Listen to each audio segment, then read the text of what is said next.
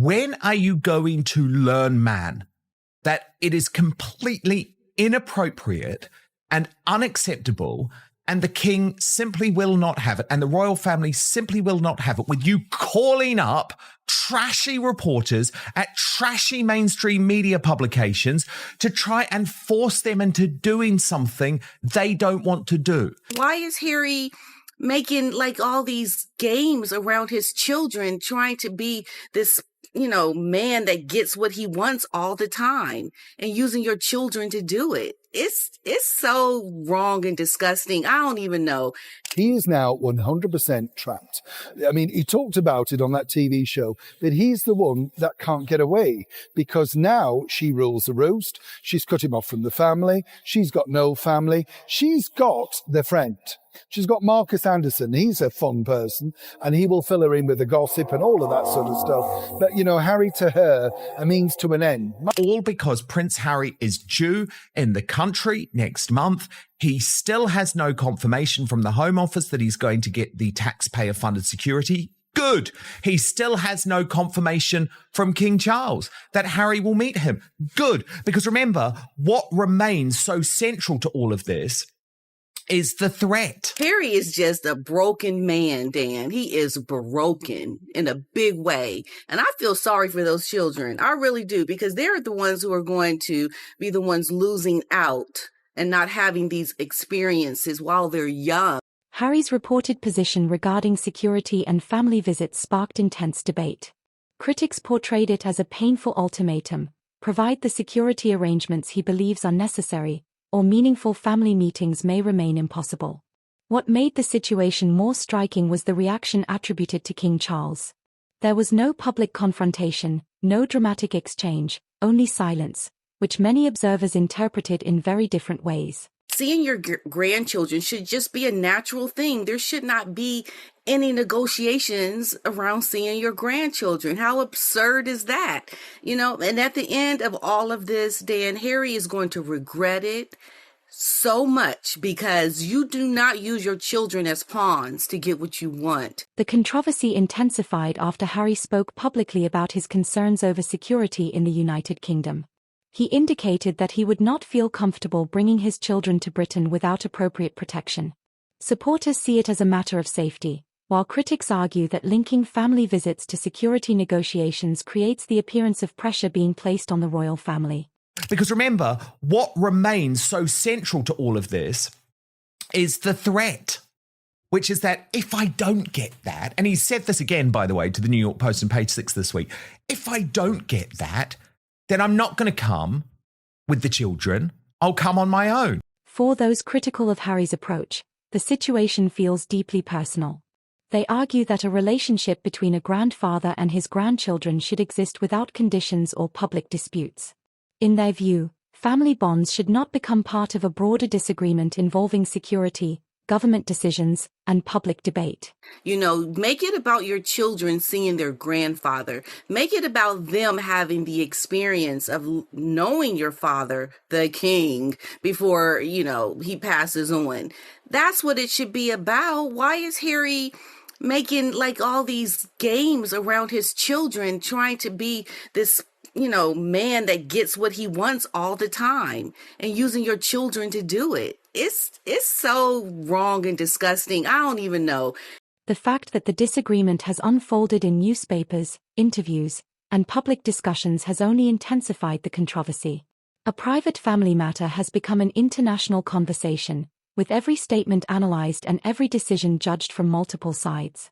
When are you going to learn, man, that it is completely inappropriate and unacceptable, and the king simply will not have it, and the royal family simply will not have it, with you calling up trashy reporters at trashy mainstream media publications to try and force them into doing something they don't want to do? Many royal commentators believe that the monarchy faces a difficult balancing act. From their perspective, the king cannot simply intervene in government security decisions based on personal family circumstances. The more the dispute plays out publicly, the more complicated the situation becomes for everyone involved. Harry's in a position now where he's just trying to force his father's hand, and the king just cannot fall into that. Critics also argue that there may have been quieter ways to arrange family meetings without turning the matter into a public debate.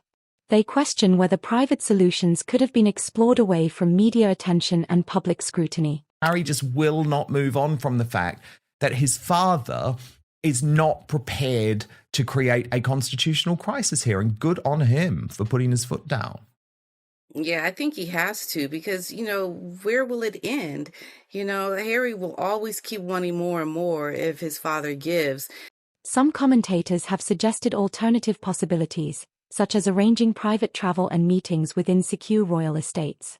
They argue that locations like Balmoral provide significant privacy and security, potentially allowing family members to spend time together away from public attention. Harry could fly by private jet into Scotland directly.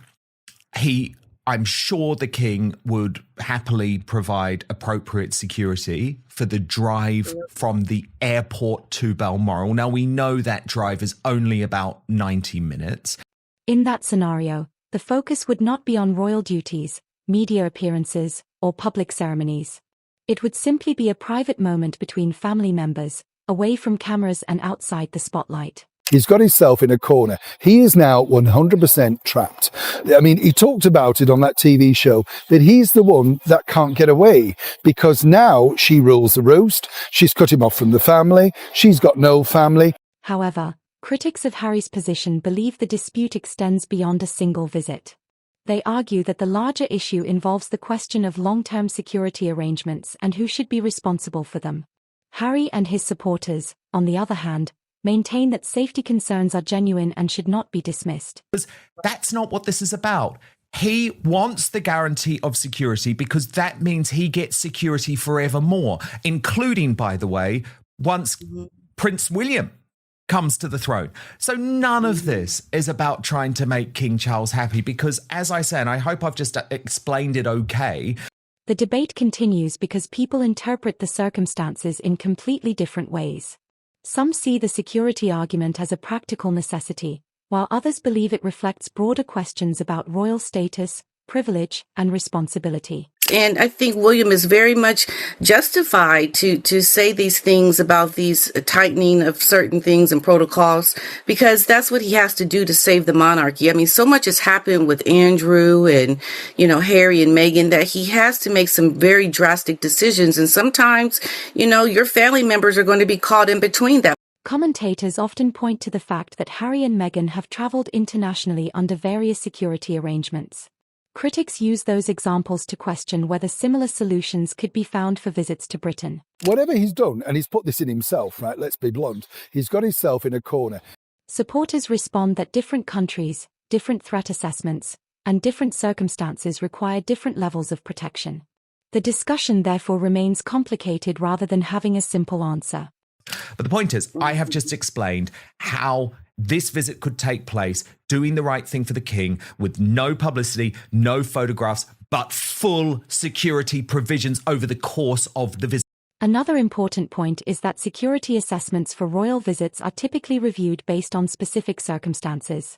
The disagreement has largely centered around the nature and permanence of those arrangements rather than whether any protection would exist at all. I know part of the issue as well is Meghan. She does not want Harry to bring the children without her. Like, she wants to go, but she doesn't really want to go to England, right? But Harry can't take the children without her. And I think this is why Harry wants to have this special security in place, because that is the bar that Meghan has made it where you can go with the children if we have this. The conversation becomes far more controversial when online theories begin to involve the children or speculate about private family matters. These claims have circulated widely on the internet, but they remain speculation and are often debated without verified evidence. I think you have to look at yourself as someone who is a leader, who has to make very tough decisions about people who are in your family, but at the same time, it's a business. The spread of such theories demonstrates how public curiosity can quickly turn into rumor, especially when high-profile families choose to keep their children largely out of the public eye. The lack of public appearances often creates space for speculation, even though speculation is not proof. I mean, goodness knows they've got things that we don't even know about, right? So why can't you do that? And I think a part of that element has to do with Meghan and what she is putting, as an obstacle in front of Harry.